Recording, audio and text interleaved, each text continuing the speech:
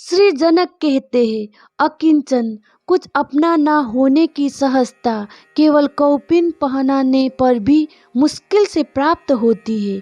अतः त्याग और संग्रह की प्रवृत्तियों को छोड़कर सभी स्थितियों में मैं सुखपूर्वक विद्यमान हूँ। शारीरिक दुख भी कहाँ, अर्थात नहीं है। वाणी के दुख भी कहाँ है, वहाँ मन भी कहाँ है। सभी प्रयत्नों को त्याग कर सभी स्थितियों में मैं सुखपूर्वक विद्यमान हूँ। किए हुए किसी भी कार्य का वस्तुतः कोई अस्तित्व नहीं है। ऐसा तत्वपूर्वक विचार करके जब जो भी कर्तव्य है उसको करते हुए सभी स्थितियों में मैं सुखपूर्वक विद्यमान हूँ।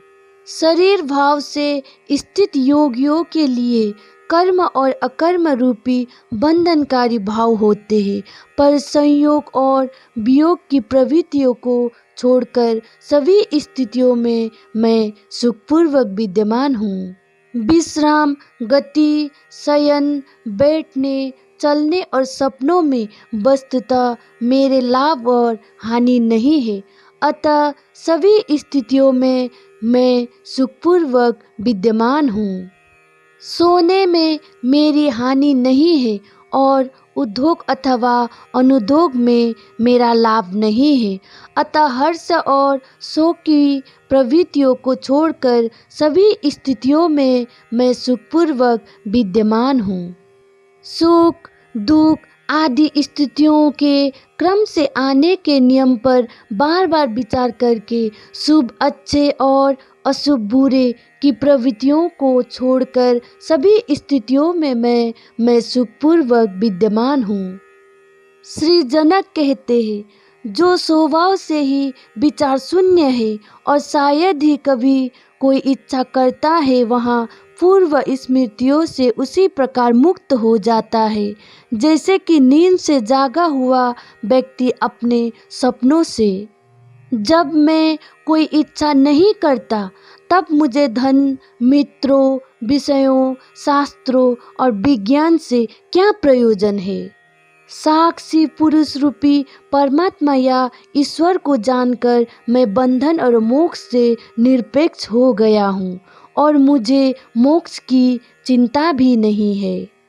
आंतरिक इच्छाओं से रहित, बाहर रूप में चिंता रहित आचरण वाले, प्रायः मत्त पुरुष जैसे ही दिखने वाले प्रकाशित पुरुष अपने जैसे प्रकाशित पुरुषों द्वारा ही पहचाने जा सकते हैं। श्री अष्टवक्र कहते हैं, सात्विक बुद्धि से युक्त मनुष्य साधारण प्रकार के उपदेश से भी कृतकृत्य मुक्त हो जाता है, परंतु ऐसा ना होने पर आजीवन जिज्ञासु होने पर भी परब्रह्म का यथार्थ ज्ञान नहीं होता है। विषयों से उदासीन होना मोक्ष है और विषयों में रस लेना बंधन है। ऐसा जानकर तुम्हारी जैसी इच्छा हो वैसा ही करो। वाणी, बुद्धि और कर्मों से महान कार्य करने वाले मनुष्य को तत्व ज्ञान शांत, स्तब्ध और कर्म न करने वाला बना देता है। अतः सुख की इच्छा रखने वाले इसका त्याग कर देते हैं। ना तुम शरीर हो और ना यहाँ शरीर तुम्हारा है, ना ही तुम भोगने वाले अथवा करने वाले हो। तुम चैतन्य रूप हो, शाश्वत साक्षी हो, इच्छा रहित हो अथवा सुख पूर्वक रहो। राग, प्रियता और द्वेष, अप्रियता मन के धर्म है और तुम किसी भी प्रकार से मन नहीं हो। तुम कामना रहित हो, ज्ञान स्वरूप हो, विकार रहित हो अतः सुख पूर्वक रहो। समस्त प्राणियों को स्वयं में और स्वयं को सभी प्राणियों में स्थित जानकर अहंकार और आसक्ति से रहित होकर तुम सुखी हो जाओ। इस विश्व की उत्पत्ति तुमसे उसी प्रकार होती है जैसे कि समुद्र से लहरों की, इसमें संदेह नहीं है। तुम चैतन्य स्वरूप हो अतः चिंता रहित हो जाओ। हे प्रिय, इस अनुभव पर निष्ठा रखो, इस पर श्रद्धा रखो। इस अनुभव की सत्यता के संबंध में मोहित मत हो।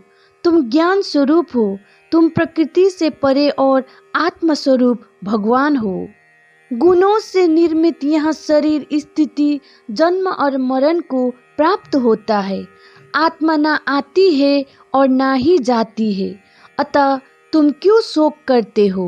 यह शरीर सृष्टि के अंत तक रहे अथवा आज ही नाश को प्राप्त हो जाए।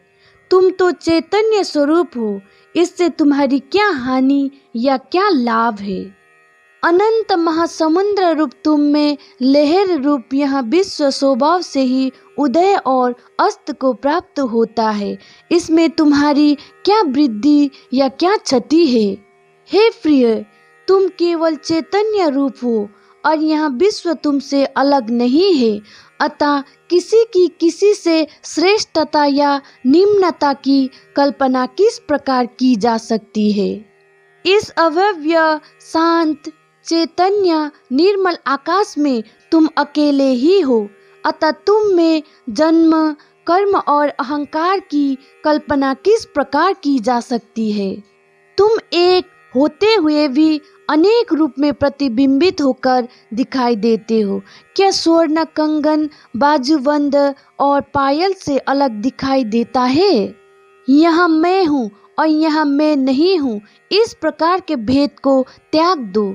सब कुछ आत्मा स्वरूप तुम ही हो, ऐसा निश्चय करके और कोई संकल्प ना करते हुए सुखी हो जाओ।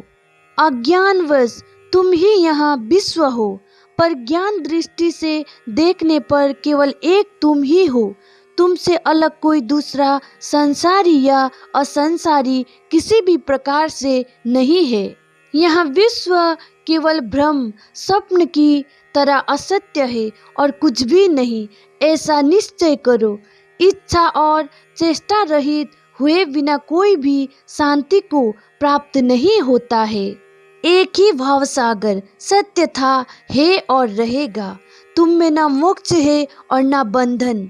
आपका काम होकर सुख से विचारण करो। हे चैतन्य रूप, भांति भांति के संकल्पों और विकल्पों से अपने चित्त को अशांत मत करो। शांत होकर अपने आनंद रूप में सुख से स्थित हो जाओ। सभी स्थानों से अपने ध्यान को हटा लो और अपने हृदय में कोई विचार न करो। तुम आत्मा रूप हो और मुक्त ही हो, इसमें विचार करने की क्या आवश्यकता है?